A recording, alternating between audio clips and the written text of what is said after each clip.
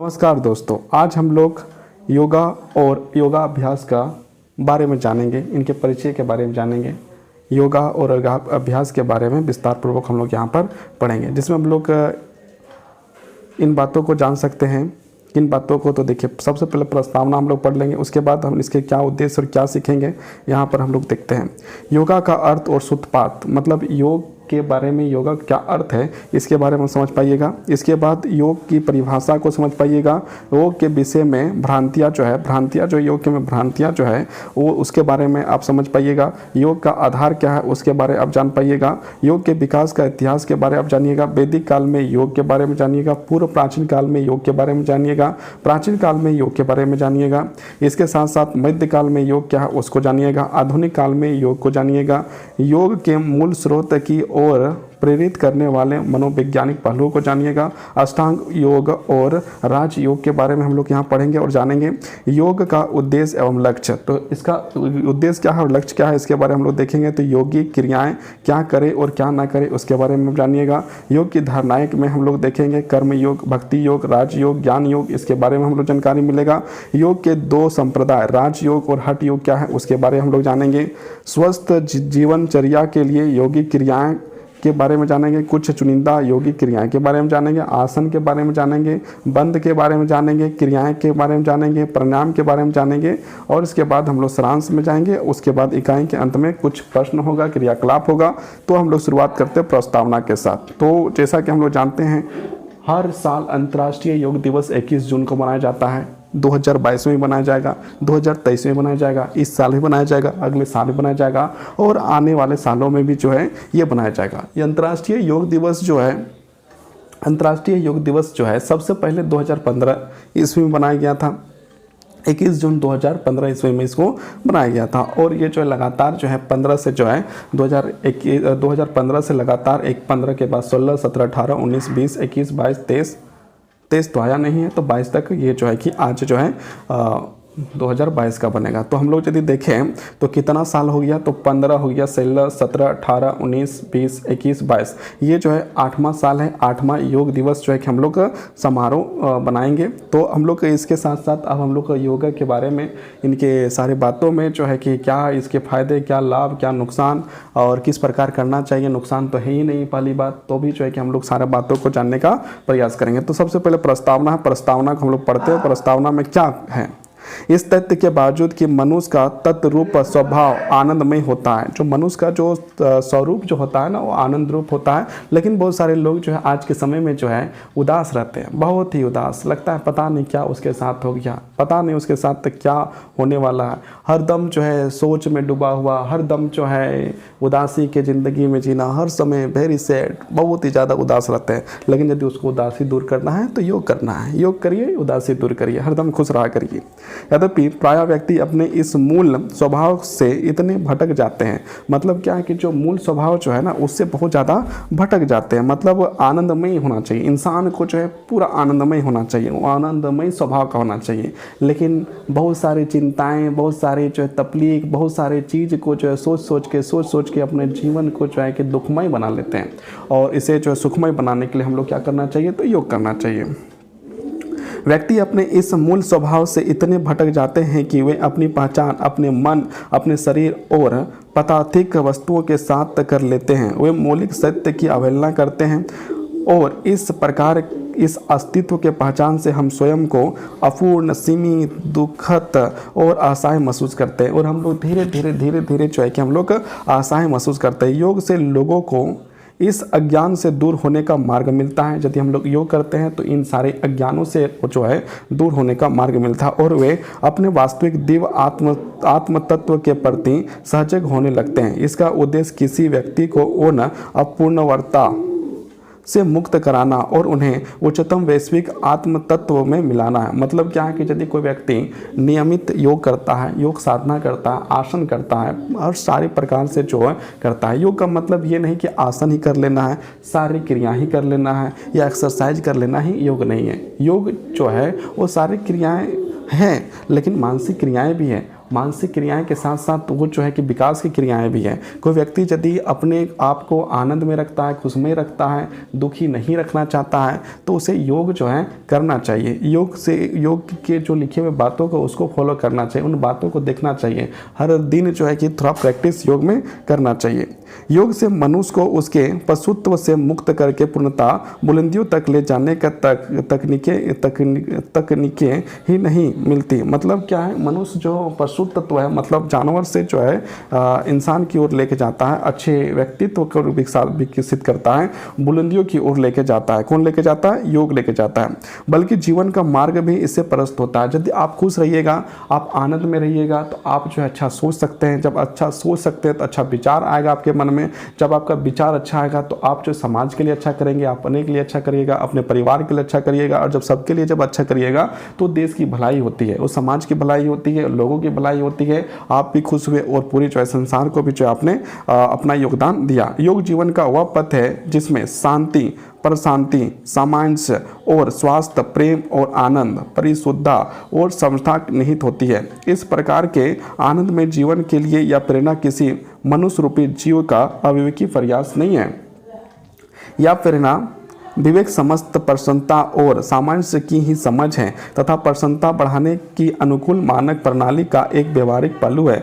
यह प्रेरणा और मापदंड प्राकृतिक नियम द्वारा निर्धारित है। ये जो योगा अभ्यास है या योग करने की जो पद्धतियां हैं, योग के जो तरीके हैं, ये सारे जो है ऐसा नहीं है कि अवैज्ञानिक है या अप्राकृतिक है। ये सारे चीज़ जो प्राकृतिक से रिलेटेड है। ये जो है कि आप प्राकृतिक को भी किसी प्रकार से नुकसान नहीं कर रहे हैं, इससे आप जो है किसी प्रकार की समस्या को भी उत्पन्न नहीं कर रहे हैं, इससे आप जो है कि किसी व्यक्ति को नुकसान भी नहीं कर रहे हैं। आप यदि खुश रहिएगा तो आपके घर वाले खुश रहेंगे, अच्छा माहौल रहेगा, आपके मन में अच्छा विचार उत्पन्न होगा। जब अच्छा विचार उत्पन्न होगा तो लोग आपके साथ आएंगे। आप जब दुखी रहिएगा तो लोग आपसे दूर होते जाते हैं। लेकिन जब आप खुशी रहते हैं, सुख में रहते हैं और हंसते हैं, बोलते हैं, तो आपके पास बहुत सारे लोग आपके सामने आते हैं और ये जानना चाहते हैं कि इतना खुश ये कैसे रहता है। तो ये जो है कि योग के कारण से आप जो है कि खुश भी हो सकते हैं, अपनी समस्या को दूर भी कर सकते हैं, मन को शांत कर सकते हैं। योग ध्यान के माध्यम से आप अपने आप को जो है कि अपने शरीर को जो है कंट्रोल कर सकते हैं, मन को कंट्रोल कर सकते हैं, सारी चीज़ों को जो कंट्रोल कर सकते हैं, और बीमारी को तो ऑटोमेटिकली ही जो है कंट्रोल हो जाएगा। इसको पढ़ने का उद्देश्य क्या है कि हम लोग ये जो चैप्टर पढ़ रहे हैं, इस चीज़ योग के बारे जो हम लोग पढ़ रहे हैं, तो इसका उद्देश्य क्या है पढ़ने का? तो इसका उद्देश्य हम लोग क्या है ये थोड़ा देख लेते हैं। इस इकाई का अध्ययन करने के पश्चात आप इस योग हो जाएंगे कि जब हम लोग इस अध्ययन को, योग के बारे में इस चैप्टर को जब पढ़ेंगे तो हम लोग किस योग हो जाएंगे? इस योग हो जाएंगे कि व्याख्या कर सकेंगे कि योग व्यक्ति के जीवन के लिए क्यों महत्वपूर्ण है। आप इस बात को जो है कि आप बोल सकते हैं, समझा सकते हैं कि जो व्यक्ति है उसके लिए योग क्यों महत्वपूर्ण है। इस बात को हम लोग समझ सकते हैं। पतंजलि के अनुसार योग को परिभाषित कर सकते हैं, और पतंजलि जो है, महर्षि पतंजलि है, उसके अनुसार हम लोग योग को जो है परिभाषित कर सकते हैं, योग को जो हम लोग बता सकते हैं। योग के विषय में कुछ भ्रांतियों का पहचान कर सकते हैं, और जो भ्रांतियां जो रखी हुई है, जो हम लोग कमी के रूप में देखते हैं, जो भ्रांतियां है योग में, उस चीज़ को भी हम लोग भली भांति प्रचलित होंगे और बता सकते हैं ये भ्रांतियां क्या है और कैसे है। योग युगांतर से योग के विकास के बारे में पता लगेगा, और जो है कि प्राचीन काल से जो योग के बारे में क्या हो रहा है और क्या चल रहा है, युगांतर के बातों से ही हम लोग सारा चीज़ जो है इसका योग का यहाँ पर देखा जाए तो हम लोग योग का हिस्ट्री के बारे में जानेंगे। इसके बाद हम लोग जो है कि राजयोग और हठ योग के मध्य अंतर स्पष्ट करेंगे। राजयोग क्या है और हठ योग क्या है, ये दोनों योग के बीच में जो हम लोग अंतर स्पष्ट करेंगे। 5 यमों और 5 नियमों की सूची बनाकर उन्हें स्पष्ट कर सकेंगे। 5 यमों के बारे में और 5 जो है नियमों के बारे में सूची बनाकर हम लोग जो है अध्ययन कर सकते हैं। आसान प्राणायाम और क्रियाओं सहित कम से कम 6 योगिक क्रियाओं का नाम बताकर उसका अभ्यास कर सकेंगे, और उसके बाद हम लोग जो है कि 6 जो है कि उसका नाम भी लिख सकते हैं और उसका जो अभ्यास कर सकते हैं आसानी से। स्वस्थ जीवन यापन में उपयोगी विभिन्न उपयोगी क्रियाओं का वर्गीकरण कर सकेंगे, और हम लोग जो है कि स्वस्थ जीवन के लिए किस प्रकार योग इंपॉर्टेंट है उसके बारे में भी चर्चा हम लोग कर सकेंगे और वर्गीकरण कर सकेंगे, बांट भी सकेंगे।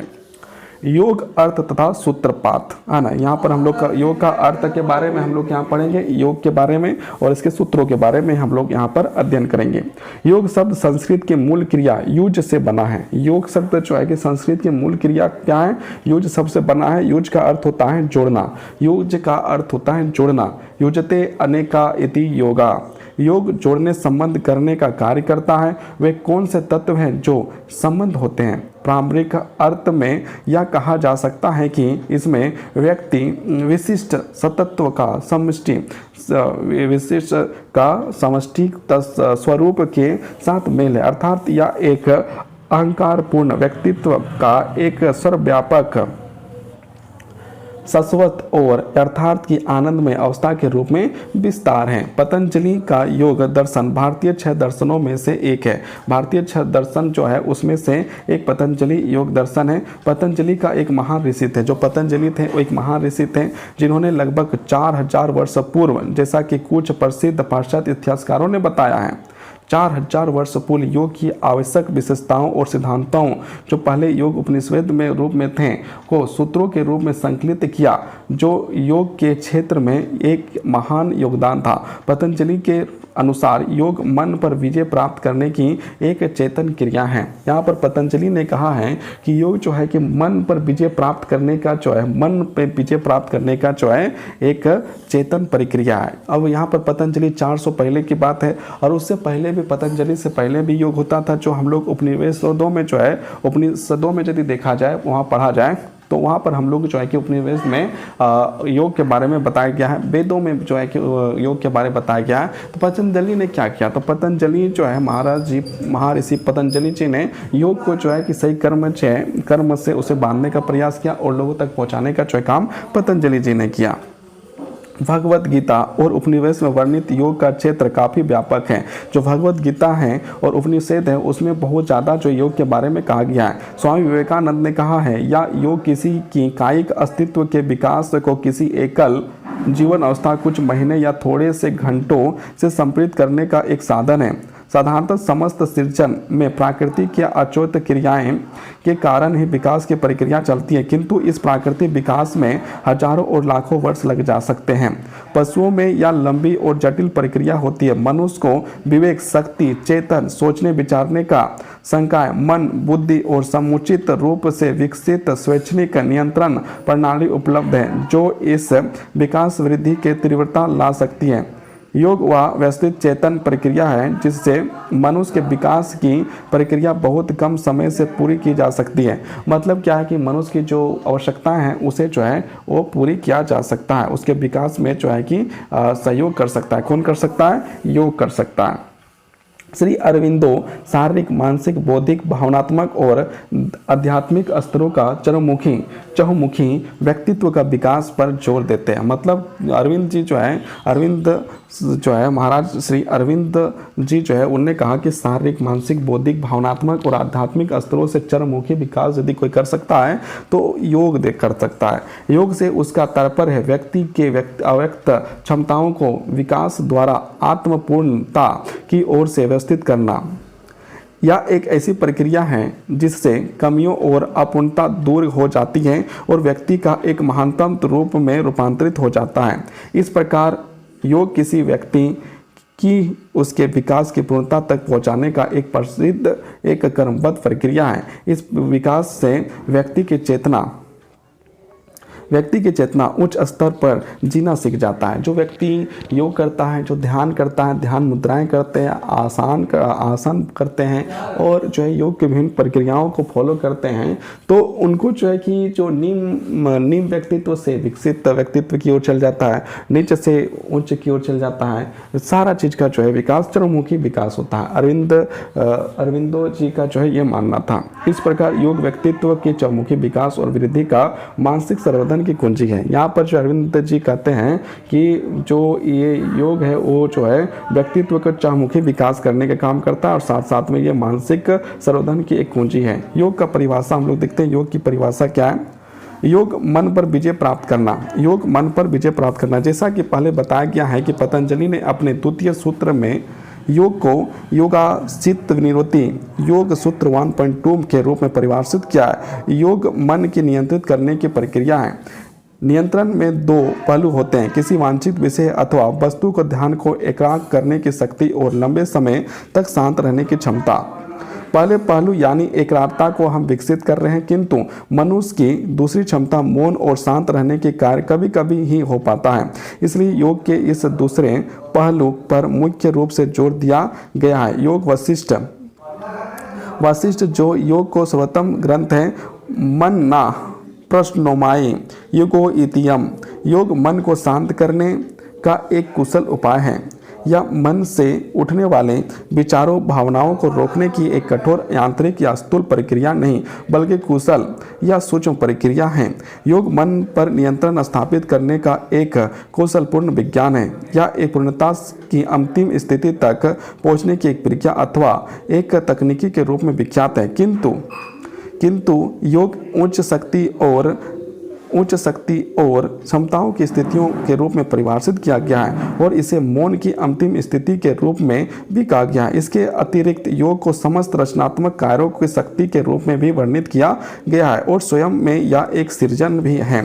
अब हम देखेंगे कि इसके विभिन्न योग उपनिवेशों ग्रंथों एक स्थिति से शक्ति के रूप में निरूपित किया गया है। मतलब यहाँ पर जो हम लोग देखें तो योग के बारे में बहुत ज़्यादा तारीफ किया गया है। योग के बारे में बहुत लोगों ने तारीफ किया है कि योग जो है कि मानव का विकास करता है, मानव के शारीरिक विकास करता है, मानसिक विकास करता है, बौद्धिक विकास करता है, नैतिक विकास करता है, चारित्रिक विकास करता है। हर प्रकार का विकास जो है कि योग करता है, चाहे वो स्वामी विवेकानंद हो, चाहे अरविंद जी हो, चाहे खुद पतंजलि जी हो। ये सारे लोग जो है योग के बारे में बहुत सारी बातों को जो है लिखते हैं। चाहे ये सारे जो बड़े बड़े व्यक्ति हैं, बहुत बड़े जो योग के जानकार थे, उन्होंने सारे लोगों ने जो है एक स्वर पे जो है एक स्वर के साथ जो है कि इन लोगों ने जो है योग का समर्थन किया और साथ में जो है इसका जो है फायदे जो है सारे लोगों के पास रखा। अब आगे हम लोग देखते हैं। एक अकुशल व्यक्ति यदि दूरदर्शन सेट की मदद करने का प्रयत्न करता है तो लगभग यह माना जाएगा कि वह इसे बर्बाद कर देगा। मतलब देखिए, कोई एक ऐसा व्यक्ति है जो टीवी को बनाने का प्रक्रिया कर रहा है, बनाने की प्रक्रिया को सोच रहा है और उसे जो ट्रेंड नहीं है, स्किल उसके पास नहीं है, तो उस चीज़ को जो है कि वो बना नहीं पाएगा, साथ में उसको जो है कि बर्बाद करने का काम करेगा, मतलब बर्बाद कर देगा, वह इसे बर्बाद कर देगा। जबकि एक अनुभवी और कार्यकुशल व्यक्ति पूर्ण रूप से जानता है कि इसमें क्या खराबी है। और यदि एक टेक्निकल व्यक्ति है, एक ऐसा व्यक्ति है जो इनके बारे में जानकारी रखता है और बहुत सारी जानकारी रखता है, तो वो जो है कि जो टीवी है, टेलीविज़न है, उसको जो है सही रूप से जो उसको बना सकता है और उसे जो बर्बाद नहीं करेगा, क्योंकि उसके पास स्किल है, उसके पास इसकी जानकारी है, उसके पास जो है समस्याओं को जो है क्या समस्या उसके पता कर सकता है और उसे जो है कि बना सकता है, बर्बाद कर देगा। जबकि एक अनुभवी और कार्यकुशल व्यक्ति पूर्ण रूप से जानता है कि इसमें क्या खराबी है और मरम्मत किस प्रकार करनी है, वह इसकी उचित रूप से मरम्मत करता है। इसलिए जानकारी होना अनिवार्य है। इसका मतलब ये हुआ कि हम लोग जो है योग करते हैं तो योग ऐसे ही नहीं करना है जो बिना जाने बिना समझे किसी प्रकार से योग कर दें, तो ये फ़ायदा नहीं है। तो हम लोग को फ़ायदा क्या है कि हम लोग जो है कि योग करें तो योग जो है कि किसी एक ऐसे व्यक्ति के संपर्क में करना चाहिए, योग गुरु के सामने करना चाहिए या योग शिक्षक के सामने करना चाहिए या उनके परामर्श में से ही करना चाहिए। नहीं तो जैसा तैसा योग कर दीजिएगा तो फिर जो है कि आपका शारीरिक में फ़ायदा देने की जगह आपको नुकसान भी पहुँचा सकता है। कार्य रूप में परिणत करने में योग एक विशेष कौशल है जिससे मन एक स्थिर अवस्था में पहुंच जाता है। ये जो मन जो है उसको स्थिर अवस्था में हम लोग योग के माध्यम से कर सकते हैं। योग कर्मसुतो कौशलम और योग कर्मसुतो कौशलम गीता 2.50 योग कर्म की दक्षता है। दक्षता विश्राम और सज्जता को कर्म के कायम रखने की होती है। इस प्रकार योग मन पर नियंत्रण स्थापित करने का एक कौशलपूर्ण विज्ञान है। योग लोकप्रिय रूप से पूर्णतः एक अंतिम स्थिति तक पहुंचने की एक प्रक्रिया अथवा एक तकनीकी के रूप में विख्यात है, किंतु योग को उच्च शक्तियों और क्षमताओं की अवस्थाओं के रूप में भी परिभाषित किया गया है और इसे मौन की अंतिम स्थिति के रूप में भी कहा गया है। इसके अतिरिक्त योग को समस्त रचनात्मक कार्य की शक्ति के रूप में भी वर्णित किया गया है और स्वयं में यह एक सृजन भी है। अब हम देखेंगे कि इसे विभिन्न योग उपनिवेश ग्रंथों की एक स्थिति और शक्ति के रूप में भी निरूपित किया गया है। मतलब योग के बारे में जो है बहुत सारे ग्रंथों में जो लिखा गया है उसके बारे में हम लोग यहाँ पर जो है कि चर्चाएँ करेंगे। योग एक स्थिति, योग के द्वारा व्यक्ति चेतना के उच्च स्तरों में कूद जाता है और वह इन परिस्थितियों में बने रहने और इनके अनुरूप क्रिया करने में सामर्थ्य हो जाता है। योग प्रायः हमारे मन के सूक्ष्म कारणात्मक तत्वों में संबंध स्थापित करता है। योगास्तम कुरु कर्माणानि संग सत्वा धनंजय सिद्धे सिद्धयो समो पूर्वता सतम योगे उच्चतमे। हे धनंजय, सफलता या असफलता में समान भाव रखते हुए अस्तित्व की त्याग कर योग में स्थिर होकर कर्म करते रहो। यहाँ पर जो है कि भगवान श्री कृष्ण अर्जुन को कहते हैं कि सारे सफलता असफलताओं को भूलकर असफलता का भाव जो आपके मन में उत्पन्न हो रहा है, इस सारे चीज को भूलकर तुम योग करो। क्या करना है? योग करो। समान भाव रखना ही योग है। तो यहाँ पर हे धनंजय, सफलता या असफलता में समान भाव रखते हुए मतलब इक्वल सफलता और असफलता को समान भाव रखते हुए मतलब इक्वल भाव रखते हुए अस्तित्व को त्याग कर योग में स्थित होकर कर्म करते रहो। समान भाव रखना ही योग है। यहाँ पर बताया जा रहा है समान भाव रखना ही जो है योग है। अब हम लोग आगे देखते हैं। इस प्रकार मन की वह सूक्ष्म अवस्था जो शीतलता द्वारा परिचालित होती है योगा अवस्था कहलाती है। इसे जो हम लोग योगा अवस्था कहलाती है। भावनाओं के स्तर पर योग व्यापक रूप से स्थिरता की एक स्थिति होती है जिसमें मानसिक स्तर पर ध्यान की एकाग्रता और आसक्ति उत्पन्न होती है तथा शारीरिक स्तर पर स्थिरता प्राप्त होती है।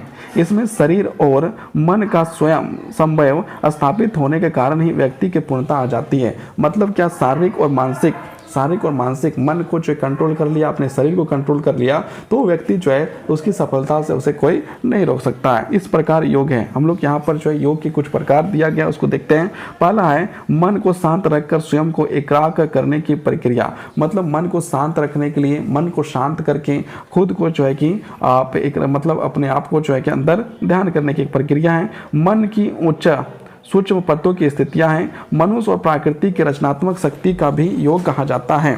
मनुष्य और प्रकृति की रचनात्मक शक्ति जो है उसे भी योग हम लोग कर सकते हैं। क्रियाकलाप 1 इस श्लोक को स्पष्ट करें। योग कर्मस्तु कौशलम। यहाँ पर एक वर्क दिया गया, काम दिया गया है और उसमें यहाँ पर लिखा हुआ है योग कर्मस्तु कौशलम। इसका जो है अर्थ यहाँ पर जो इस डब्बा में जो लिखना है, मतलब मेरा कमेंट बॉक्स में आपको जो है कि लिखना है। इस कमेंट बॉक्स में आप जाइए और आप इसका जो है आंसर, इसका जो अर्थ होगा उसे आप जो है लिखिएगा। योग के संबंध में भ्रांतियां। योग के संबंध में बहुत सारी भ्रांतियां हैं। तो क्या भ्रांतियां देखते हैं। एक व्यक्ति अपने हाथ में एक लंबी रस्सी लिए हुए एक विशेष मंच पर प्रकट होता है। एक व्यक्ति जो है एक व्यक्ति है, एक आदमी है, वो जो है क्या है एक लंबा रस्सी लेकर मंच मतलब कि स्टेज जो है उसमें जो है प्रकट होता है। जिज्ञासु श्रोताओं को ध्यान आकर्षित करते हुए वह रस्सी के एक किनारे को पकड़ते हुए दूसरे किनारे को हवा में फेंकता है। मतलब क्या है कि लोग का ध्यान अपने ओर आकर्षित करने के लिए जो है कि लंबी रस्सी को जो है एक तरफ जो अपने हाथ से पकड़ा है और दूसरी तरफ जो उसे हवा में तैरा रहा है। रस्सी लहराती हुई ऊपर जाती है और रस्सी जो लहराती हुई ऊपर जाती है और किसी सहारे के बिना हवा में सीधी स्थिर हो जाती है। और जो है कि बिना सहारा में जो है कि किसी का सहारे के बिना वो रस्सी जो है कि जो जादूगर लोग दिखाते हैं उसी प्रकार से रस्सी जो है ऊपर की ओर रह जाती है। वह व्यक्ति उस स्थिर रस्सी को सीढ़ी के रूप में प्रयोग कर कोई प्रयास किए बिना रस्सी के शीर्ष हिस्से तक पहुंच जाता है और हवा के मध्य में स्थिर होकर दर्शकों को नमस्कार करने लगता है। उसके बाद जो है नमस्कार करने लगता है। क्या रस्सी वाली इस करामत को योग कहा जा सकता है? अब यहाँ पर जो रस्सी को जो ऊपर हवा में जो फैलाया, तो क्या इसे जो है कि योग कहा जा सकता है? लंबे बालों वाले एक अर्धनग्न व्यक्ति 1 मीटर माप वाले गड्ढे में प्रवेश करने हेतु तैयार दिखाई दिया। इस गड्ढे को विशेष रूप से प्रदर्शन हेतु तैयार किया गया है। उसने इसमें प्रवेश किया और उसके बाद गड्ढे को पूर्ण रूप से ढक दिया गया ताकि उसमें हवा ना जा सके। कई दिनों तक वह व्यक्ति उस गड्ढे के भीतर रहा और लंबी अवधि के बाद बिल्कुल तरोताज़ा बाहर निकला। उसमें थकान का कोई लक्षण नहीं दिखाई दिए। इसे भूगत समाधि कहा जाता है और जो है कि इसे जो है कि भूमिगत समाधि के नाम से इसे जाना जाता है। आम लोगों की नज़र में वह एक महान योगी है और ये जो है कि आम लोगों के नज़र में जो देखा जाए तो वो एक महान योगी है, परंतु क्या वह वास्तव में योग है? लेकिन हम इससे जब ध्यान देखा जाए तो क्या ये वास्तव में योग है? तो इसके बारे में हम लोग आगे देखते हैं और समझते हैं बातों को। भूगत समाधि, सिद्धियाँ, जादू, मंत्र, तंत्र आदि के प्रदर्शन को भारत में भी अधिकांश लोग योग शब्द का संबंध रखते हैं। मतलब क्या है कि जो जादूगिरी है, जो तंत्र मंत्र है, जो भू समाधि है, उसे लोग जो है कि योग से संबंध रखते हैं, परंतु वस्तुतः ये सभी भ्रांतियाँ है। लेकिन ये सारी चीज़ जो है भ्रांतियाँ हैं, योग नहीं। ये सारी चीज़ जो है क्या है, भ्रांतियाँ हैं। सारांश में यही कहा जा सकता है, मतलब कि निष्कर्ष में हम लोग यही कह सकते हैं कि योग के विषय में कई प्रकार की भ्रांतियाँ हैं। बहुत सारे लोग जो इससे अनजान हैं अथवा जो भारतीय संस्कृति और परंपराओं से अभिज्ञ है, वे योग निम्नलिखित में से जोड़ने को भूल कर बैठते हैं। मतलब बहुत सारे लोग जो है कि योग को जो है जोड़ने का भूल कर देते हैं और किसी चीज़ को भी जो है वो योग कर देते हैं। रस्सी उठा दिया जादूगर तो उसको जो है कि योग कर देते हैं। कोई जो भूमिगत समाधि में स्थापित किया तो उसको जो है कि योग कर देते हैं, जो कि हमारा जो योग नहीं माना जाना चाहिए था। धर्म, अंधविश्वास, सांप्रदायिकवाद, जादू, करामत, वशीकरण, भौतिक संस्कृति, एरोवेसिक और नैरोवेसिक मानसिकता, एकाग्रता, आत्मदमन, आत्मपीड़न, ये सारे जो है कि बहुत सारे लोग जो है जोड़ने का प्रयास करते हैं योग के साथ। किंतु हमने पहले अनेक परिभाषाएं देखी हैं जिसमें योग की वास्तविक प्रकृति का वर्णन इस प्रकार नहीं है। मतलब इस प्रकार का कोई वर्णन नहीं मिलता है योग के बारे में। या एक संपूर्ण प्रणाली अथवा बेहतर रूप से एक विज्ञान है। योग जो है कि एक संपूर्ण प्रणाली है या एक तरह से देखा जाए तो ये विज्ञान का रूप ही। किंतु हमने पहले अनेक परिभाषाएं देखी है जिसमें योग की वास्तविक प्रकृति का वर्णन इस प्रकार नहीं है। या एक संपूर्ण प्रणाली है अथवा बेहतर रूप से एक विज्ञान है। इसे एक विज्ञान के रूप में हम लोग जो है कि समझ सकते हैं, इसको हम लोग विज्ञान के रूप में देख सकते हैं। योग जो है कि किसी प्रकार से भूमिगत जो है कि कोई खड़ा है या कोई अंदर में है या कुछ कर रहा है तो हर चीज़ योग नहीं हो सकता। हर एक चीज़ जो है कि योग हम लोग नहीं कर सकते हैं। यह एक संपूर्ण प्रणाली अथवा बेहतर रूप से एक विज्ञान है। यह जीवन का एक मार्ग है। ये जीवन का एक मार्ग है। योग जीवन का एक मार्ग होने के कारण इसमें आयु, लिंग, व्यवसाय, स्थिति, शर्तों, समस्याओं, दुखों का अलग रूप में उपयोग लाया जा सकता है।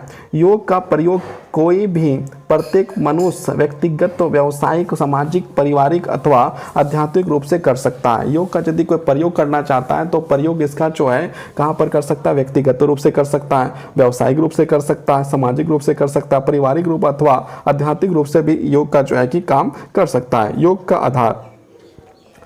आधार प्रसन्नता की तलाश है। योग का जो मेन मोटो है, उसका मेन लक्ष्य है वो जो प्रसन्नता के खोज में जाता है। योग की आधार प्रसन्नता की तलाश है, किंतु हम प्रसन्नता की तलाश बाह्य रूप से एकांतित सुख में करते हैं। प्रसन्नता जो हमारे अपने भीतर होती है या मन के शांत रखने में स्थिति मिलती है। मतलब क्या, हम लोग जो भी खुशियाँ खोजते हैं वो बाहर खोजने का प्रयास करते हैं, दूसरों में खोजने का प्रयास करते हैं, दूसरे तीसरे लोगों पर खोजने का प्रयास करते हैं।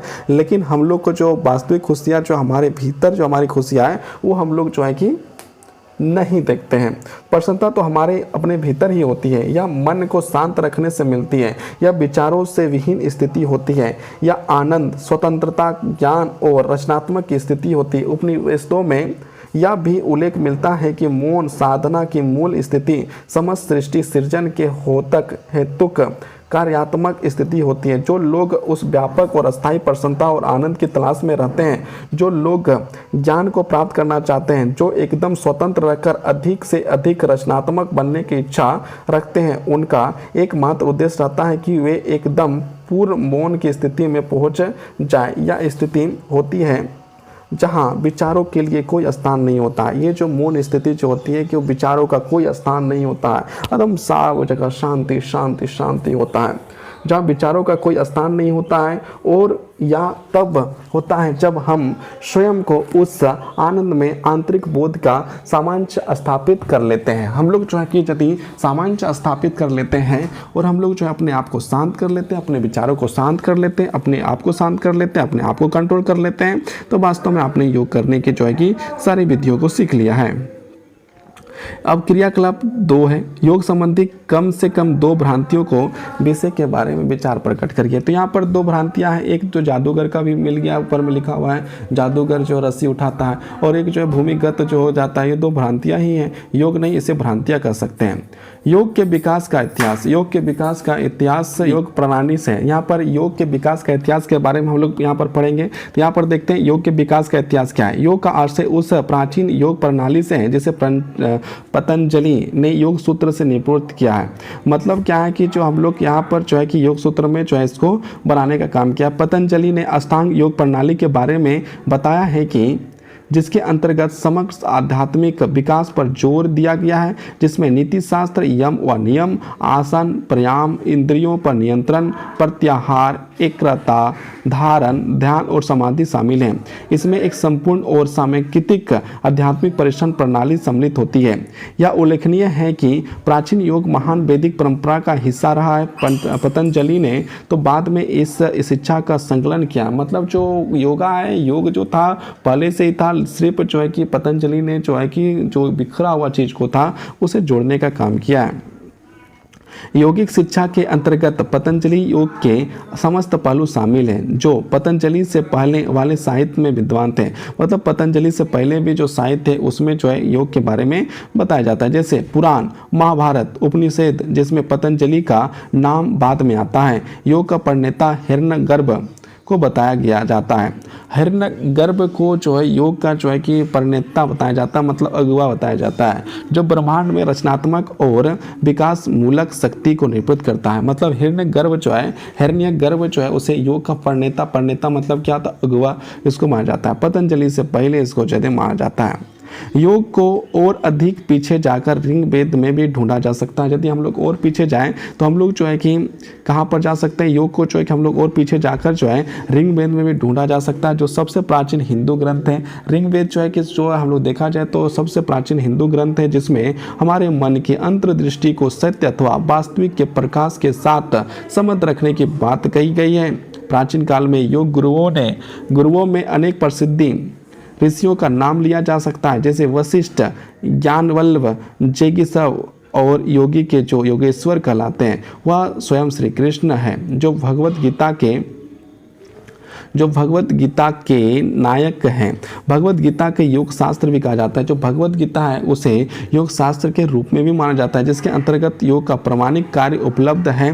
भगवान शिव भी सर्वाधिक महान योगी आदिनाथ है, और जो भगवान शंकर भगवान जो है शिव शंभु जो है वो जो है कि महान योगी आदित्य के नाम से जाना जाता था, आदिनाथ के नाम से जाने जाते हैं। भारत में योग मनुष्य के उस क्रियाकलाप का हिस्सा रहा है जिसके द्वारा आत्मिक ऊंचाइयों तक पहुंचा जा सकता है। योग का इतिहास 5 वर्गों में विभाजित किया जा सकता है। योग का इतिहास यदि हम लोग खोजने के लिए जाएंगे तो योग को जो हम लोग 5 टाइप से डिवाइड कर सकते हैं। पहला जो है वैदिक काल, पूर्व प्राचीन काल, मध्यकाल, आधुनिक काल। यहाँ पर हम लोग जो है कि सबसे पहले वैदिक काल के बारे में यहाँ पर हम लोग पढ़ते हैं। वैदिक काल में योग के साथ क्या क्या हुआ।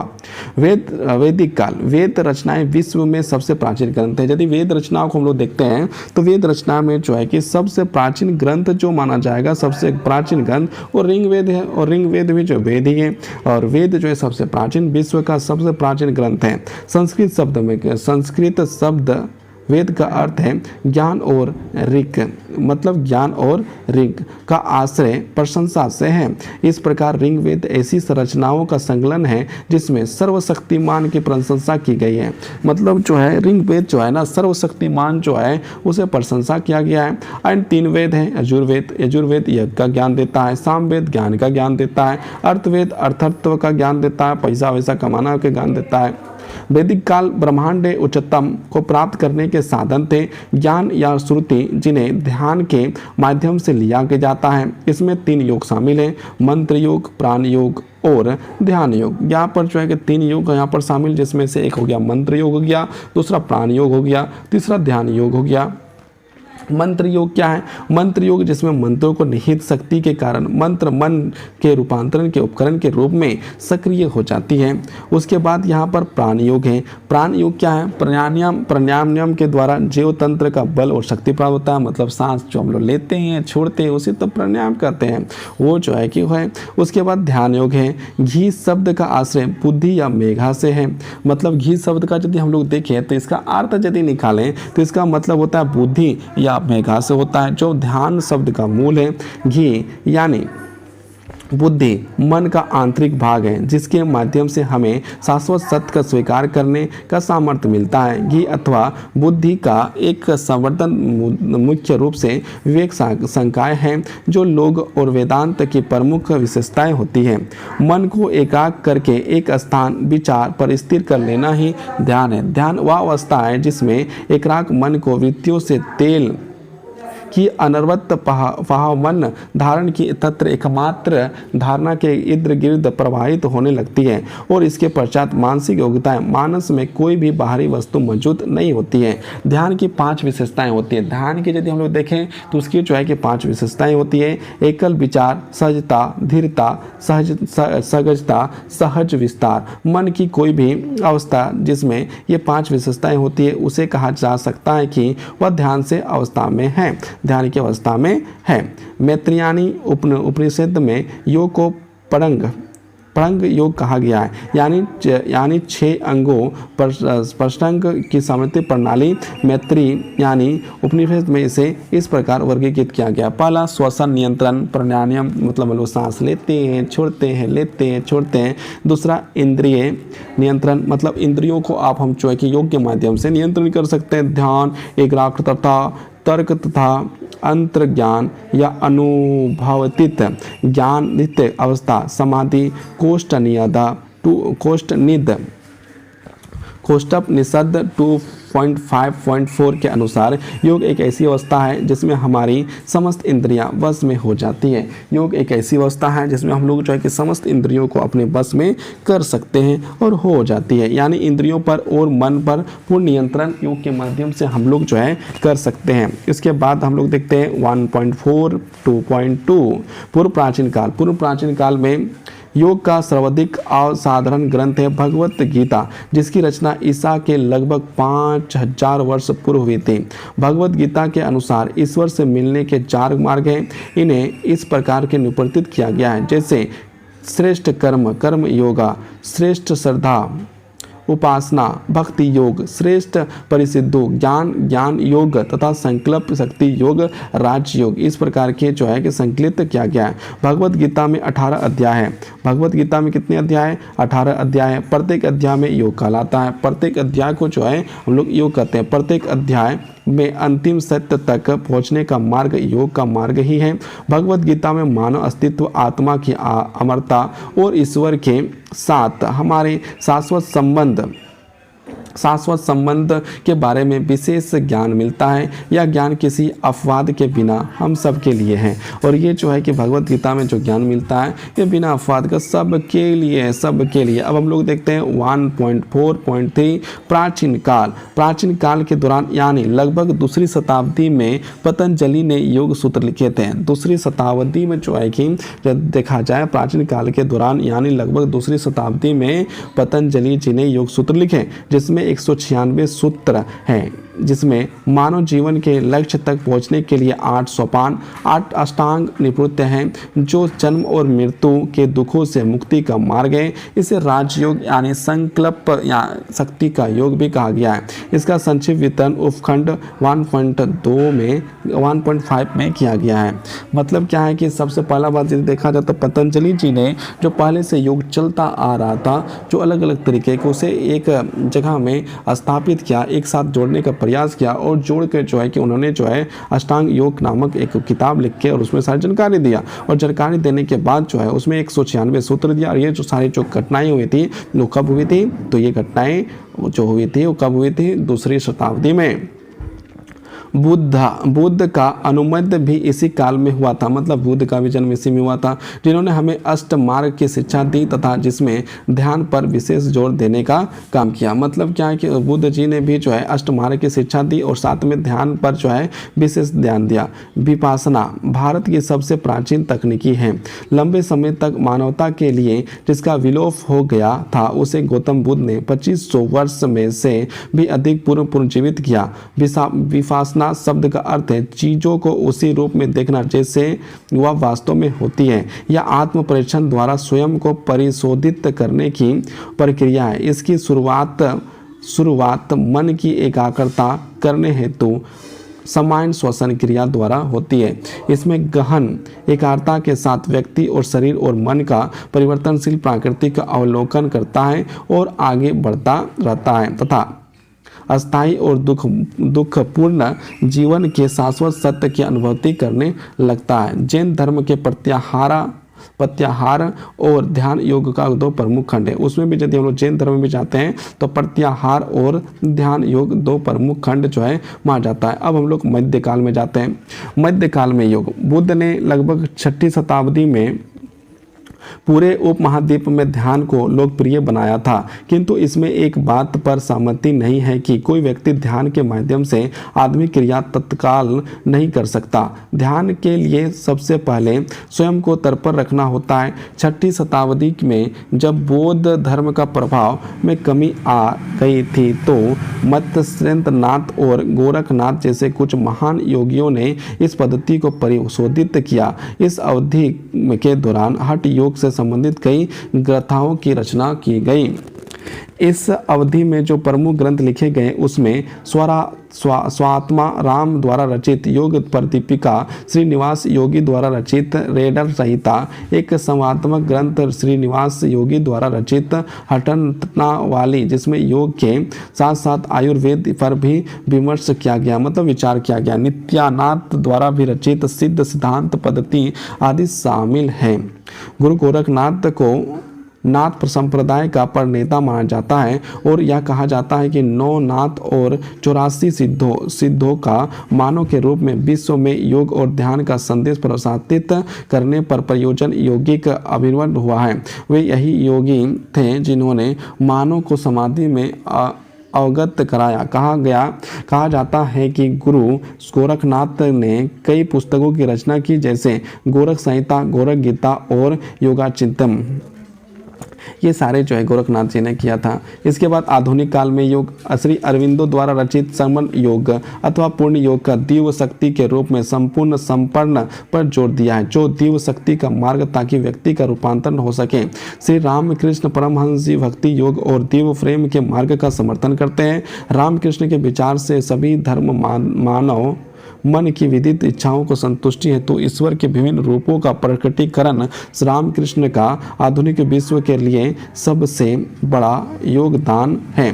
सभी धर्मों का सामंजस्य स्थापित है। स्वामी विवेकानंद के वेदांत शिक्षाओं का निम्नलिखित रूप से संप्रेषण किया है। प्रत्येक आत्मा का स्वभाव के रूप में दिव्य होती है। इस आंतरिक दिव्यता को प्राप्त करने का लक्ष्य को पाने के लिए आंतरिक और बाह्य प्रकृति को नियंत्रित करना होता है। इसे कर्म योग क्या होता है, पूजा भक्ति योग अथवा मन को नियंत्रित करने का राज योग अथवा दर्शन ज्ञान को किसी एक प्रकार का अथवा एक अधिक या इसमें से भी सभी प्रकार के प्राप्त कर होता है। यह पूर्ण धर्म सिद्धांत अथवा धर्म सिद्धांत अथवा अनुष्ठान अथवा पुस्तक या मंदिर के रूप में सभी पात्र गौण वितरण होते हैं। यहाँ तक हम लोग आज चॉय की रखते हैं। कल हम लोग इसके आगे चॉय की पढ़ने का प्रयास करेंगे। बहुत बहुत धन्यवाद, बहुत बहुत आभार। आप लोग को वीडियो अच्छा लगे तो आप लोग जो है इस चैनल को सब्सक्राइब करें, लाइक करें और शेयर करें और कमेंट करें। बहुत बहुत धन्यवाद। बहुत